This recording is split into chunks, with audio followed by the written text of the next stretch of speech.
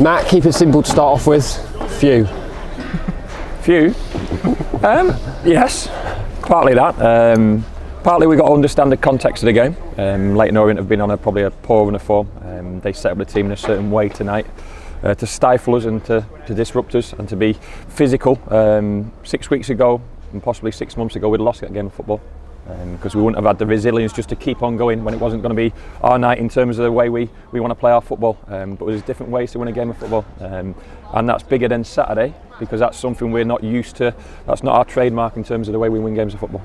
But of course, scoring late goals to win points isn't a bad habit to have. Yeah, look, we didn't get the ball there often enough, with enough bodies there often enough, and that's why that set piece had to be perfect. Whether it was Archie Collins' delivery or people running to goal, and finally we got one of the big boys on the end of it. Like I say, it didn't feel like our night in terms of our clean play, our usual fluid play. Too many people had an off night, but like I say, there's different ways to win a game of football, and I couldn't care less about a performance if we keep on winning games of football. One thing do you think we were a bit flat today?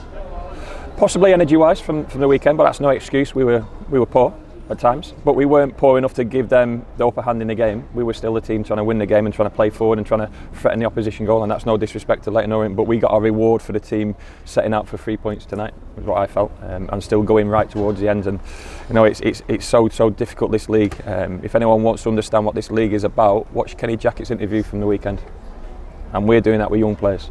Trust me, it ain't easy one little bit, and I'm delighted for Czech to come up with a winner, another booster in relation to that, but I actually thought our back three were our best players on the night in terms of just dealing with the physical aspect of Leyton Orient, and then we were able to add a little bit more energy, like you touched upon, to that forward front line, so to speak, as Sam and Podge made a bit of a difference and got hold of more ball, and 3 points.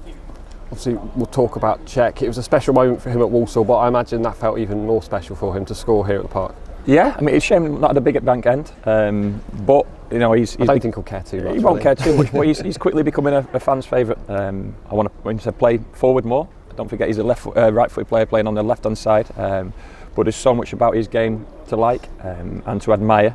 Personality first and foremost, and a belonging on that football pitch. And when a few looked short of confidence tonight, I thought Checker and Sam Stubbs and Pearce were the ones who looked where they needed to be in relation to the game. And if you're going to rely on anything, rely on your back boys first and foremost, and goalkeeper included, with the hope and possibly a bit of expectation that we will improve towards the top end of the pitch. It was interesting at full time actually. Czech was walking towards the big bank and he sort of stopped, and the lads just said, "No, go on, go and enjoy it," and that was great to see from his teammates. Yeah. Look, it was his moment. A 90th minute winner at home. I can't speak hard enough for Czech. I'm sure there'll be admirers elsewhere apart from inside the stadium as well, because for a 19-20-year-old centre half to come in and play the 6 or 7 games like he has done has been excellent, beyond what we expected of him when he made his debut at Sutton, and he's been a real find in relation to this season. But also that back unit, another clean sheet, is looking stronger and stronger again, and in fairness to Cam, he's not had too much work to do, and let's be honest, they're an experienced team at this level with some really good players. So like I said, sometimes you put the performance aside and just talk about the result. You said earlier, 6 months ago, we've perhaps lost that game. Why does this team feel different to you? What do you think that is? Look, having strength on the bench makes a big difference, let's be honest. And that's not sounding arrogant in any way, just being able to influence the game from the bench with quality and physicality as well.